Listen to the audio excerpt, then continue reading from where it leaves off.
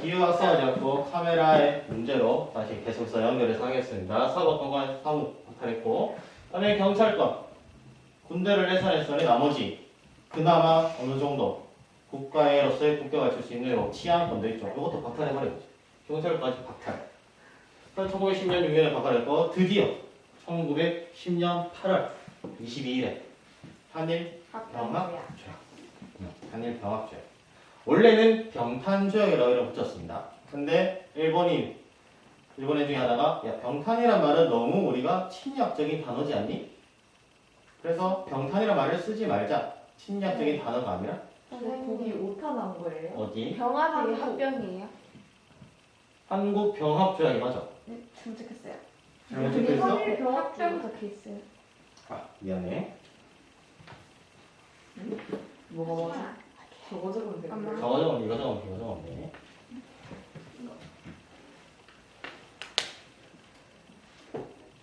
합병조약, 병합조약 둘 다 맞는 표현.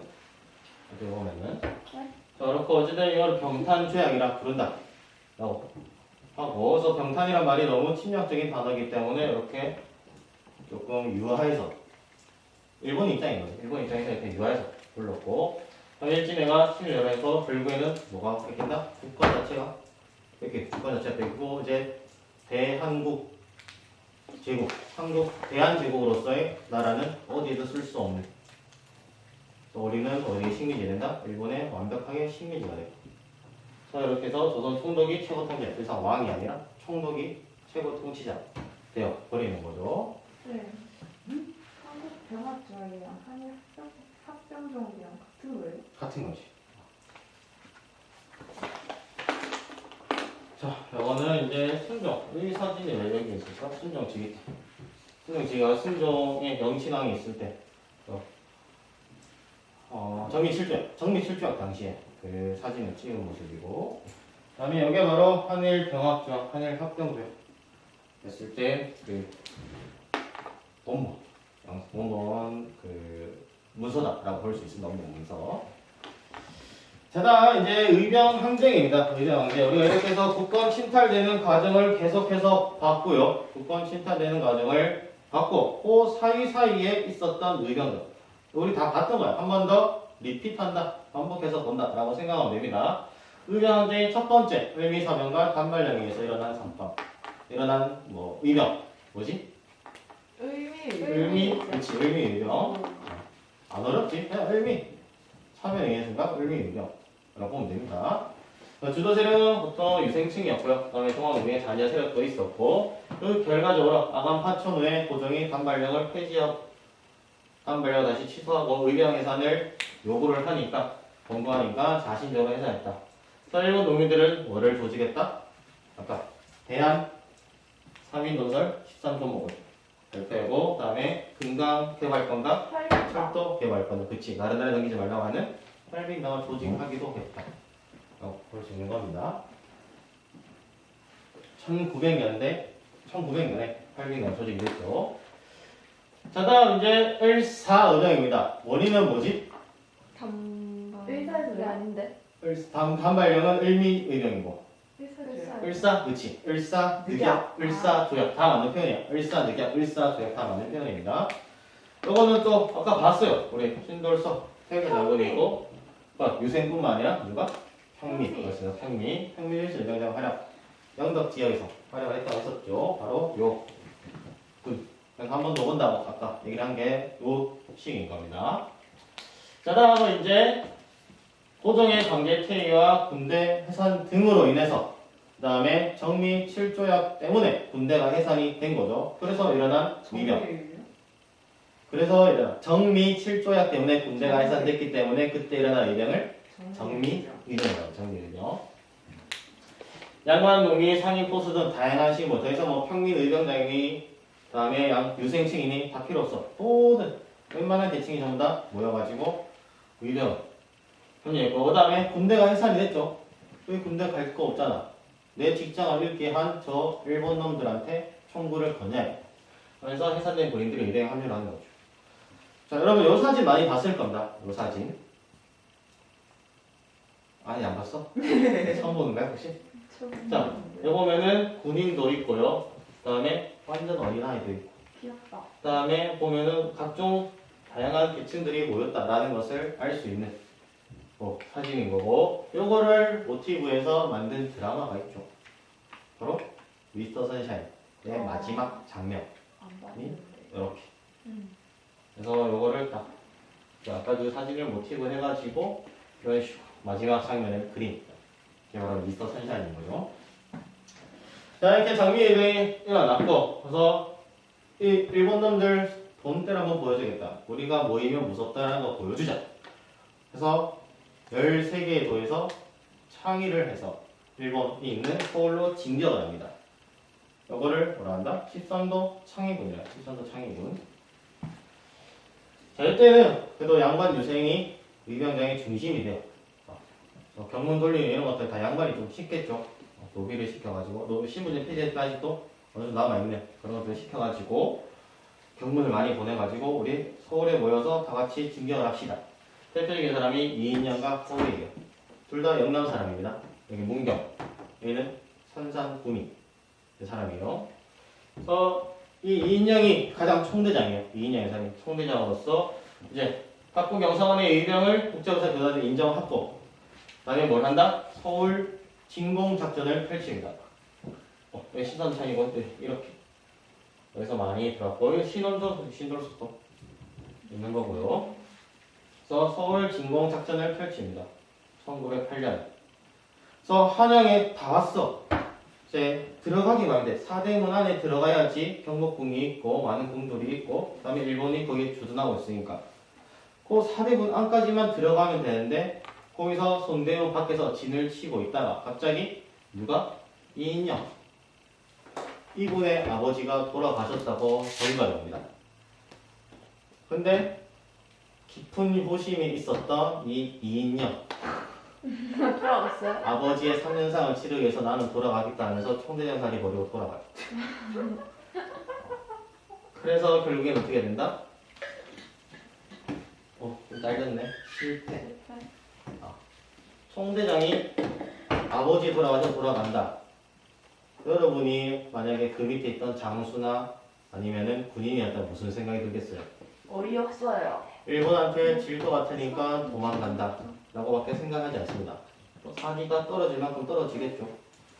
물론 진짜 효심이 진짜 너무나도 높아가지고 막 아버지 죽음에 대한 그 슬픔이 너무너무 커서 문경으로 돌아갔을 수도 있겠지만은, 그렇지만 보통 이런 식으로 의병장을 가지고 엄청나게 이런 큰 사건을 펼쳤는데, 아버지 돌아가셨다고 3년치가 되니까 돌아가는 그 모습, 그걸 봤을 때 여러분들이 만약에 그 속에 있던 군인이었다, 사기가 떨어질 수밖에 없는 거죠. 그래서 결국에 실패할 수밖에 없었습니다.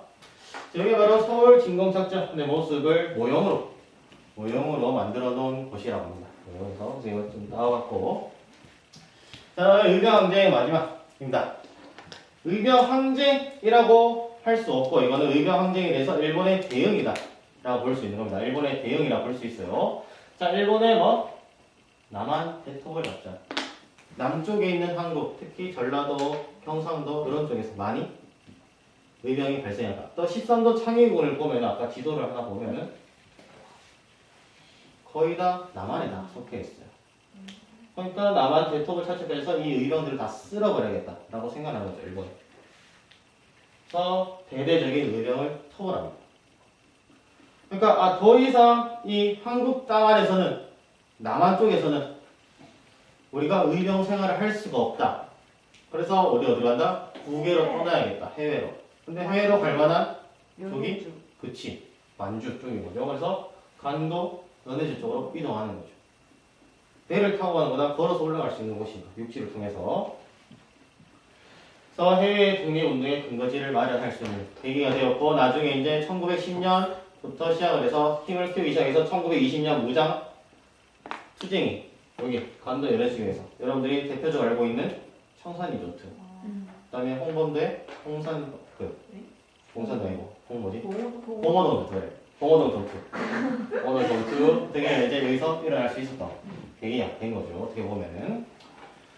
자, 이게 바로 남한 대토벌 작전에 의해서 처형당하는 의병장들의 모습을 찍은 사진입니다. 굉장히 잔인하죠. 어떻게 보면은. 그 다음에 엄청나게 잔인하지. 그 다음에 이제 의열투쟁입니다. 의열투쟁. 일사오정 암살단을 조직해서 나철 오기요 이런 사람들이 일사오정 암살단을 조직하고 그 영화 암살 봤어. 오늘 보여준 것도 있죠. 암살 5번은 나랑 같이 봤었지. 암살을. 암살 봤을 때 하와이 피스톨 하정우가 자신의 아버지가 일사오정이라서 아버지를 죽이려고 했다가 그 다음에 결국엔 실패해서 그 현상금 사냥꾼이 되는 그 모티브 한 게 요겁니다.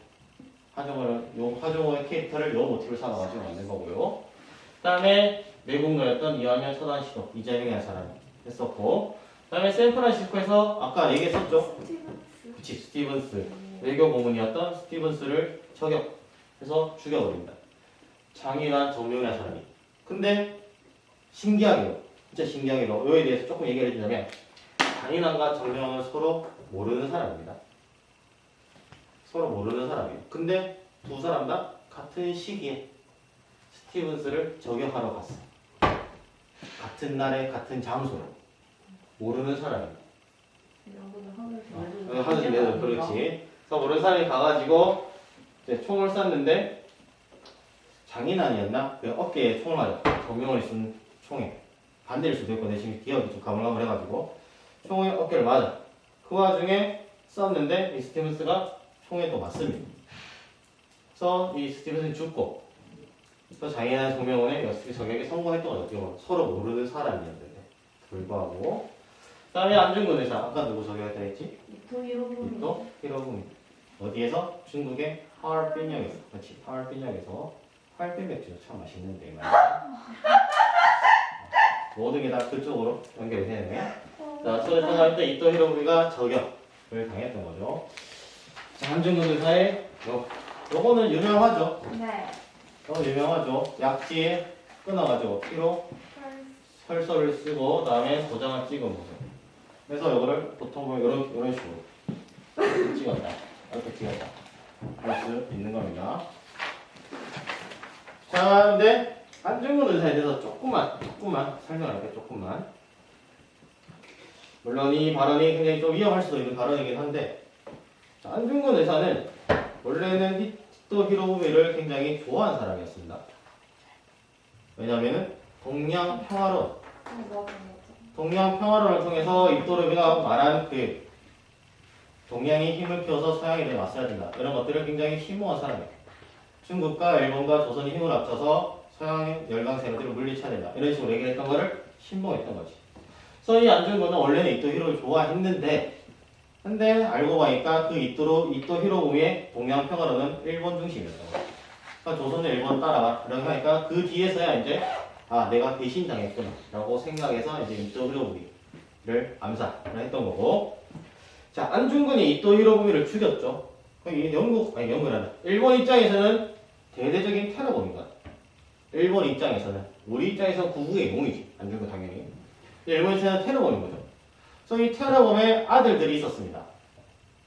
테러범의 아들들이 있었는데 그 안중생이라는 아들이 있었고 안중생의 형이 있었어.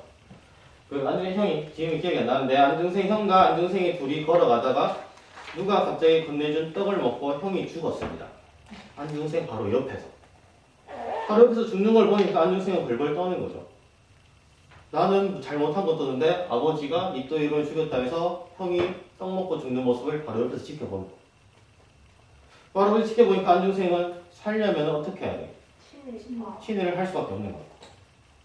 그래서 이 와중에 한 가지 물음을 제시해 볼게. 안중생 그러면 친일파라고 우리가 손가락질 해야 됩니까?